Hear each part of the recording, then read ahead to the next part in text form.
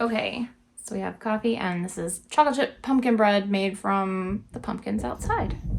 All right, so we're down in the basement. It's a little dark.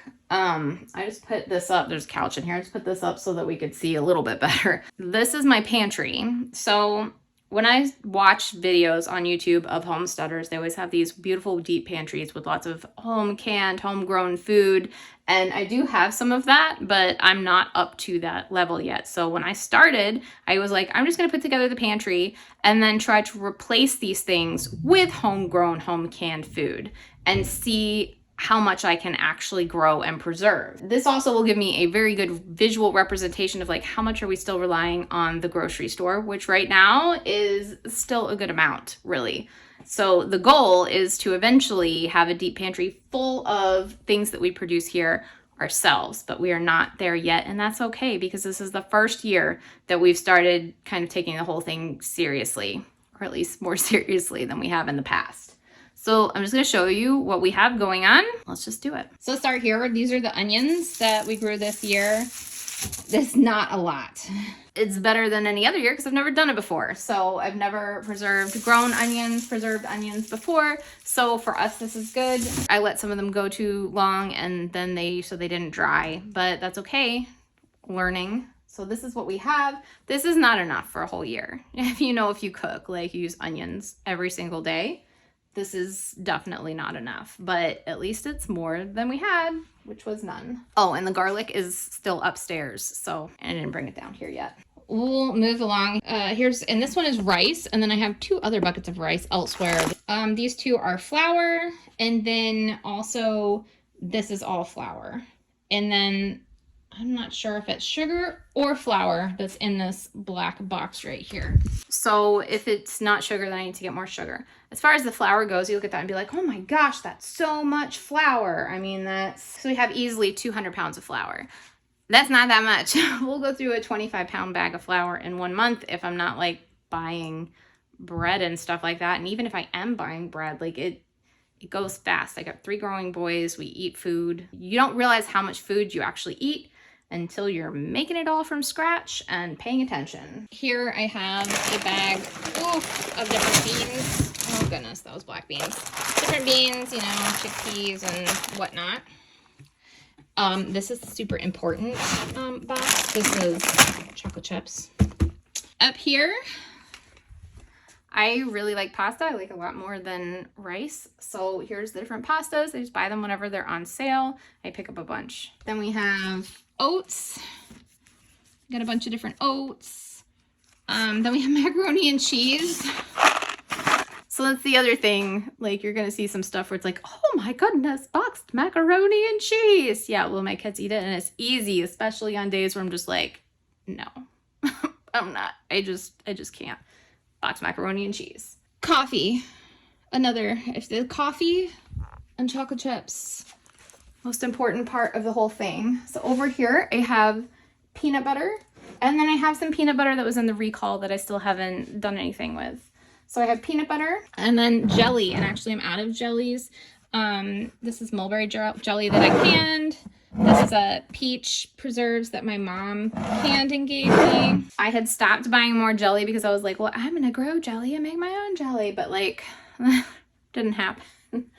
So it is what it is. We've got raisins here, applesauce, something I definitely want to learn how to make myself. I made it once and my kids hated it, as with many things. Then I have cornmeal, just in some jars. Down here I have some condiments. I only got like 1 mustard. That's not great. So it's some A1 mayonnaise. It looks like here's some light brown sugar and baking soda. That shouldn't be over there, but whatever. So I started instead of buying brown sugar, I just put molasses and white sugar. So I will show you that when we come to that. Here we have some, I think these were fermented tomatoes my mom made, like little green tomatoes.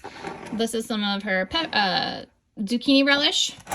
Then I have olives. I like olives. A bunch of baking powder, like cocoa powder, and a lot of salt. I like to buy it in like a container, like a larger container. I just haven't come across it that way. I would have to get online, I guess. Down here we have syrup, and then a bunch of different oils, and coconut oil, and it looks like some lemon juice. And then here's this is what I was getting, just like this little thing of molasses. We were going through it very fast. So here's like a big one of molasses. And then we just have various oils and then vinegars. So over here, we already did the top. And then I have more noodles. Here's some like egg noodles. I want to make noodles, and I've done that, but like very labor intensive. Here's more. Now we're starting to come to the things that I use like all the time. Not all these, but like the corn. Corn, so I have canned corn, and our goal this year was to grow enough corn to can it ourselves and replace all this with homegrown canned corn, and that did not work out the way that I was hoping for it to work out. It was really bad. We grew a whole lot of corn and then didn't end up harvesting very much at all, if any. So here's some more just like pre-made stuff. I don't really eat these, but they're good in a pinch. And then we're getting some of the stuff that was canned, some different broths, and then some soups. My mom actually made the soups, and those have come in really handy when I'm just like not feeling like doing anything. You know, I watch, I think it's called Homesteading Family, and they talk about like convenience foods, but like homegrown convenience foods, like a canned soup where you just open it and heat it up and you're done. Like, I would like to make more of those. Here we have even more corn. So we eat a lot of corn. Green beans. I'm trying to replace these. These are also green beans. Green beans. All this is green beans. We eat a lot of green beans. And then you will see that I did grow some green beans and can them up. Moving on to shelf number 3. A little bit of coffee hiding back there. These are some of the pumpkins we grew this year. I have more that I need to bring in. Looks like most of this is broth. Most of it's vegetable broth. There's some, I don't know, fruit cocktail, whatever. Here's some pumpkin, but obviously we have our own now. It's an example of replacing something with something new. And then different soups that I used to cook. And then some chili beans and tuna and just random stuff back there. Coming down here, this is more broth, but this looks like it's a chicken or pheasant broth. And then a lot more vegetable broth. And then these are all potatoes. We also did not have a good potato harvest year. Need to work on that for next year. That's important. So these are all potatoes. And then a couple diced tomatoes. Here's some more tomatoes. Some of them are sauces. Some of them are just diced tomatoes. This is not really enough to get us through the whole year. So we'll supplement with stuff we buy at the store. Very last bit, we're just gonna slide back here. Green beans. So I did can these this year. I think most of these were me. And then I still have like 2 quarts of carrots left. So we have that. And then this was what's left over from last year from our sweet potatoes. I have a whole bunch more that are going to be coming in. So that will be good. How's the pumpkin bread? It's good. It's good, right? So yeah. So this is really not that much food. I think I had certain goals of like having like 50 quarts of tomatoes canned up and like big goals like that, and like 50 quarts of green beans, and that did not happen. I did not hit my goals, and that just shows me where I need to stretch further for next year. And then we had the failures like the corn and the potatoes where it was just like, oh my gosh, like not good. So I will tell you, I am very thankful that we have access to grocery stores because we use them and we need them. But this gives you an idea of like a beginner deep pantry. The nice thing about this is like I used to go shopping where it was like maybe once a week or probably even more than that. And it's like if you didn't have something on hand, you didn't have it on hand. And be like, oh no, well either we can't make this food or we'd have to go to the grocery store. It's not like that anymore because I can just be like, go down and get me XYZ. And then we replenish as we use. We replenish with more things as long as I remember.